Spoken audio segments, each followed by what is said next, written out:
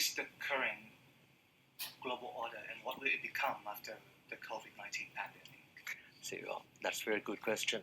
First of all, with the start of COVID-19, what is interesting to note is that instead of countries working together more closely, this time international cooperation was pushed away. If you compare to the SARS epidemic, the influenza happened over 10 years ago.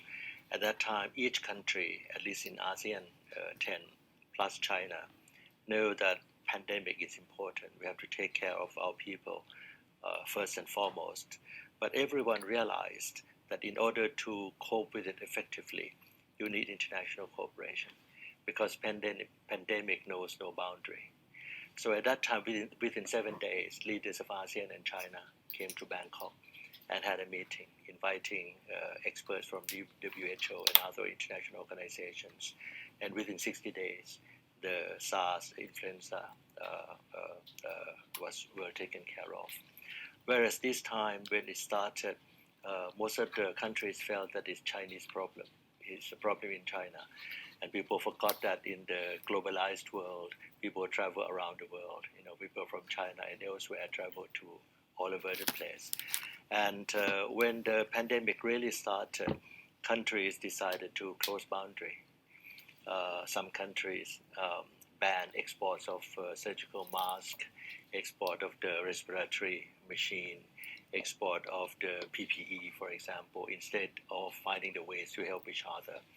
The cooperation with the World Health Organization is very weak. So you could see that international cooperation had been pushed away during the COVID-19. So I think that's one which is interesting, world order or no world order. Secondly, even before COVID-19, the trade war between the US and China, which has resulted in the trade, investment, monetary and technology decoupling. That has started to disrupt the global supply chain. And that has continued during the COVID-19. And we still feel that now is a new abnormal. It's not the new normal yet. I think the new normal would come when we find a vaccine, which is 6 to a year from now, 6 months or to a year from now.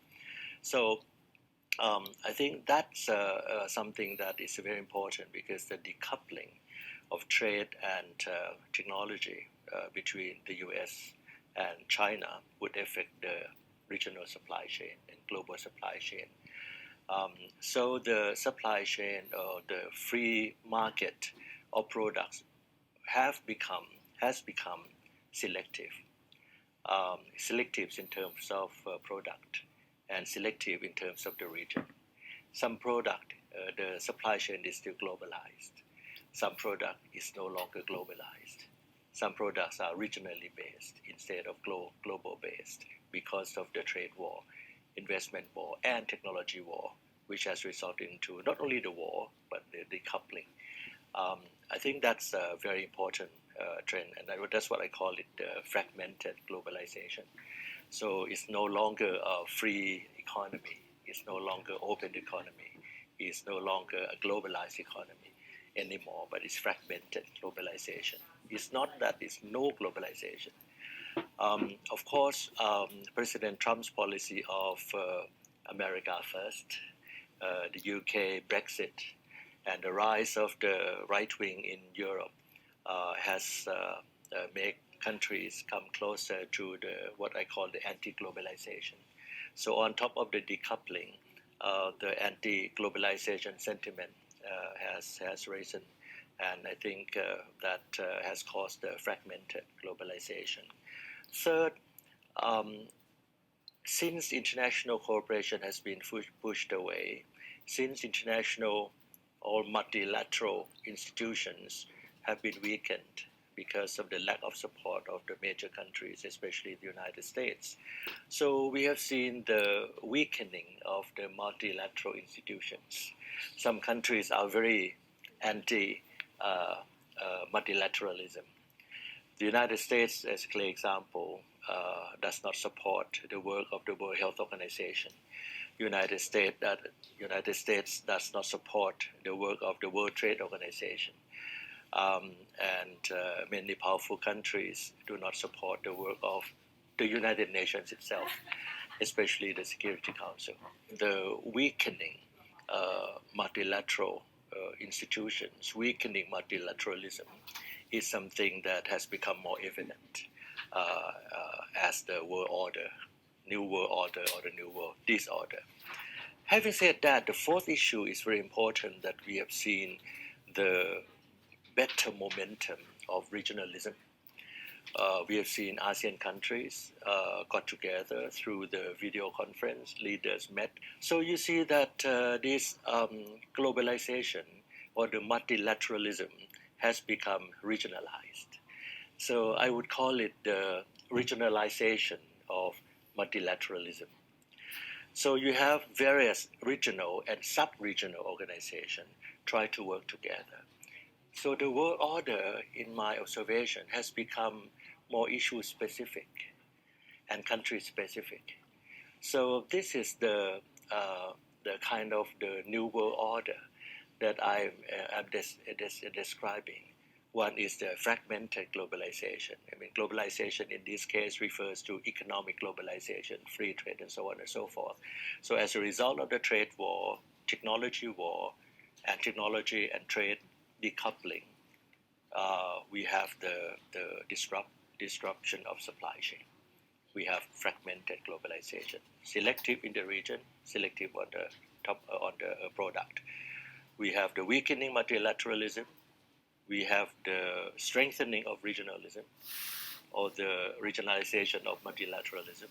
So I think in the future, perhaps, we can work together to connect the dots with China, with Russia, with Australia, New Zealand, to see how the regionalism can be multilateralized.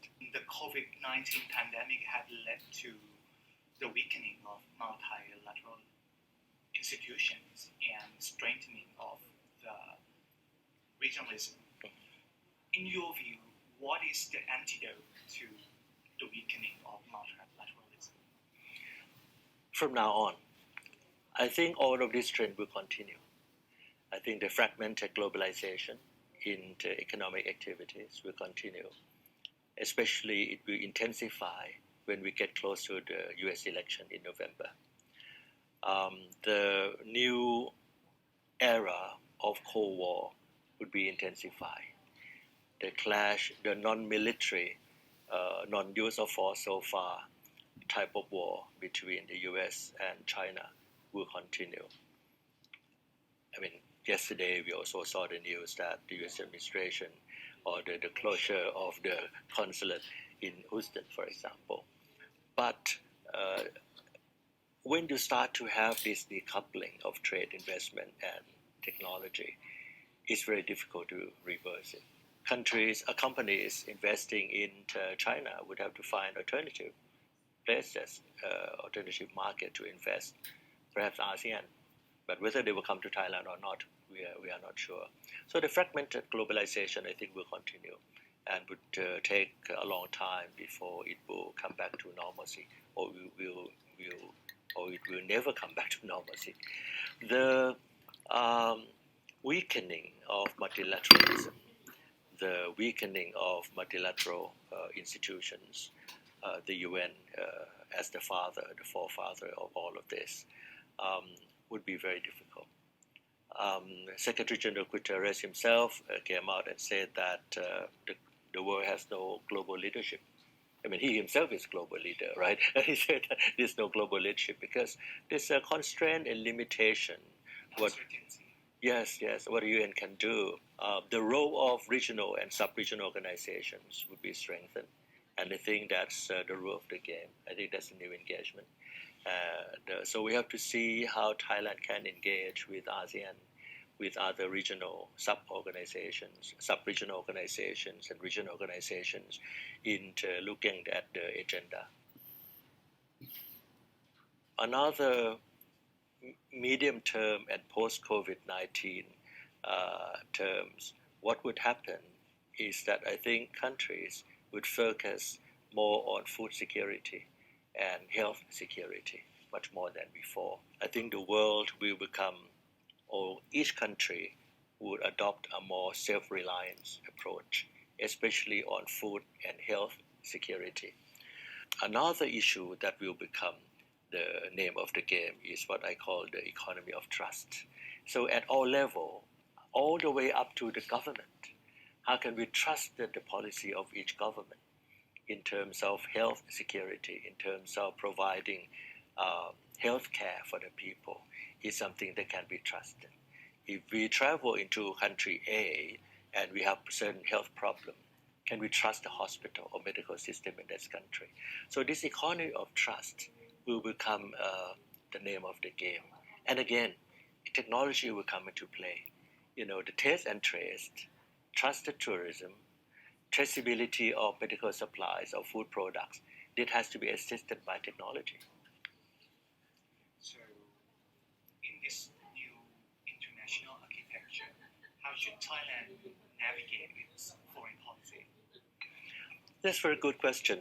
I think first of all we have to understand that this is the new world order, or the new world, no order. So I think when it is a new world order, we have to have a new engagement. I think we have to intensify our engagement with ASEAN on both economic and security issue. We have not touched much the issue of security, but the tension between India and China was looming, right?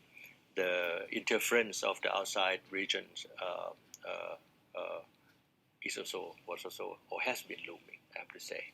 So I think ASEAN we have to play a role in ensuring that our dialogue with India, our dialogue with +3, China, Japan, and South Korea, would be the one that can help stabilize the situation in Southeast Asia.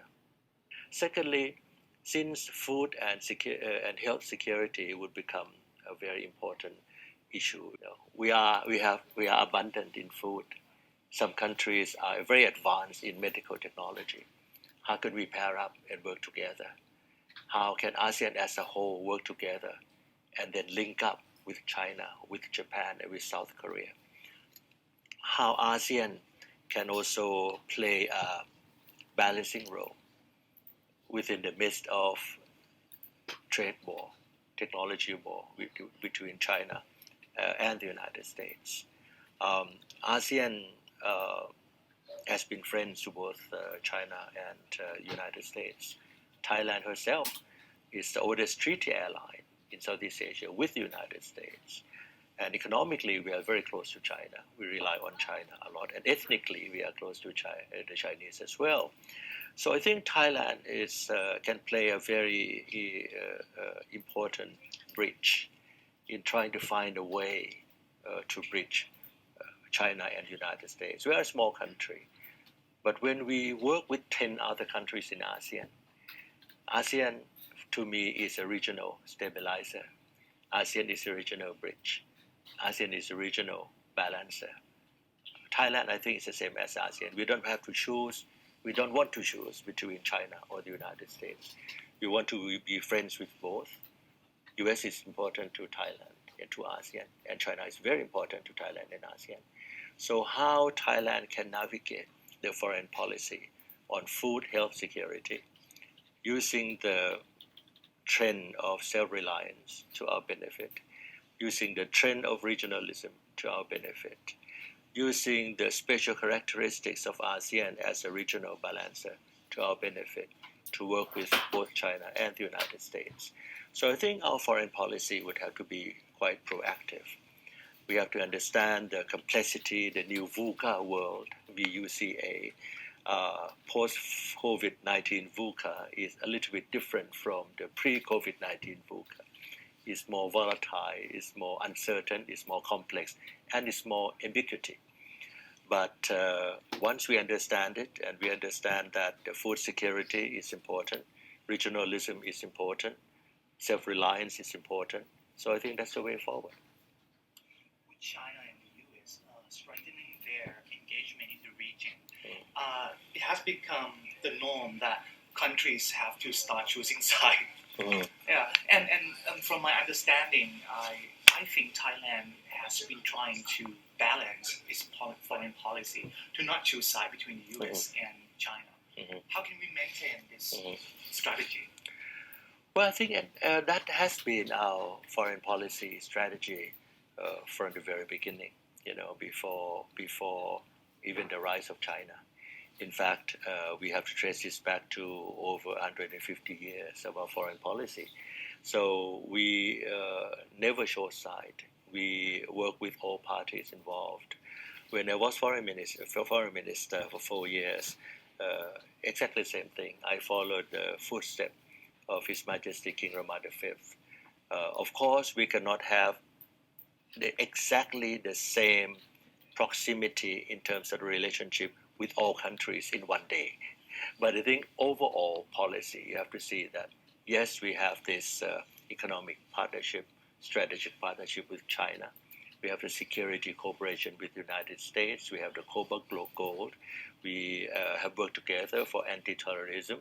So what is important for the United States, we work with the United States as much as it does not affect our sovereignty and our independence.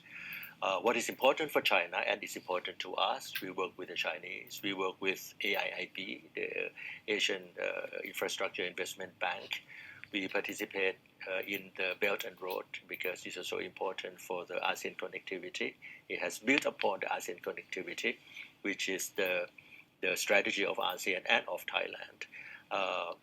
United States and India, Australia and Japan have come up with the Indo-Pacific concept. Well, Thailand was responsive to Indo-Pacific concept because we also want to work with Japan, India, Australia, and the United States on linking Pacific Ocean and the Indian Ocean, and also the corridor with African countries. So I think overall you would be able to see that in the 1 year, 2 year, 3 year time span, that we would like to see, really would like to see the balance of influence of the major protagonists, major players in this part of the world. But of course, if you look at a certain period of time, people would say that, well, how come we are too close to China? Because that just happened to be the months that China has been holding conference on the Belt and Road, and we participated in Belt and Road. On the other time, people would say that why Thailand is close to the United States, or it just happened to be the time that our Prime Minister visited the White House, or it just happened to be the time that the Secretary of State came to visit Thailand, or Secretary of Commerce, and we talk about economic relationship. But I think, to be fair, we have to look at longer time span. I think we have to add a little bit more weight to the Western side. I think India is very important. I think our focus on India is also very important to show that it's the right balance. Our focus on Russia, which can play an important role for Thailand and for ASEAN as well. And of course, although the European Union is now preoccupied with European affairs, but we cannot neglect the importance of Europe, in technology, in trade, in investment, and also in security issue, anti-money laundering, several other issues that the European countries have been very active and have a real strength. Great Britain, UK is leaving the EU, so it's a golden opportunity for ASEAN 10 to talk to UK to have a kind of closer economic cooperation. Before this, UK would not be interested in ASEAN. They are preoccupied with European affairs, and they are preoccupied with the US affairs, of course, as we know. But now it's a good time, and I think that ASEAN and Thailand has started talking to the UK about it. So I think the balance of players in Thailand and in this part of the world, we have to go forward. But we cannot do it alone. On some countries, on certain issue, we can do it alone. But for some country, we are too small. For some issue, we are too small. We have to work with ASEAN to have ASEAN 10. The words working with ASEAN is important, but it's easily said than done. I think, again, I have to say that we have to be proactive. We have to have our hands warm with ASEAN countries, meaning that ASEAN leaders have to meet more informally. we have to meet more often. We have to understand each other chemistry. Foreign ministers have to be able to pick up the phone and talk to each other. We have to meet more informal meeting, not in ASEAN retreat or more formal ASEAN foreign ministers meeting like once a year or twice a year. But if you can have a chance to meet 4 or 5 ASEAN countries, next week, very informal, sitting together with publicity or no publicity, a telephone call, a video call, especially now the video conference would be important. I think that would be important foundation for the strategy of work together with ASEAN to have the balance of influence of countries outside ASEAN.